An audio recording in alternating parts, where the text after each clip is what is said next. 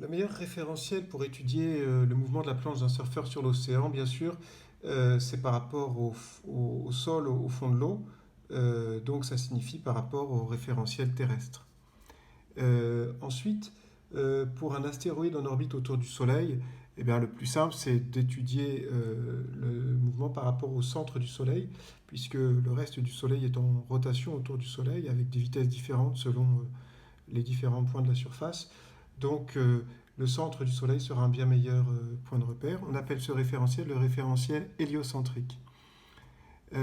Ensuite, pour étudier le mouvement de la fusée Ariane sur son pas de tir, c'est-à-dire au moment où elle décolle, le plus simple, par exemple, il faut connaître absolument son altitude. Et là, c'est par rapport au sol, c'est-à-dire au référentiel qu'on étudiera le mouvement. Euh, et puis, pour le satellite de télédétection Spot en orbite autour de la Terre, là, on a besoin de comprendre comment est-ce qu'il se déplace dans l'espace par rapport à la Terre, mais par rapport au centre de la Terre. Donc, on utilisera le référentiel géocentrique.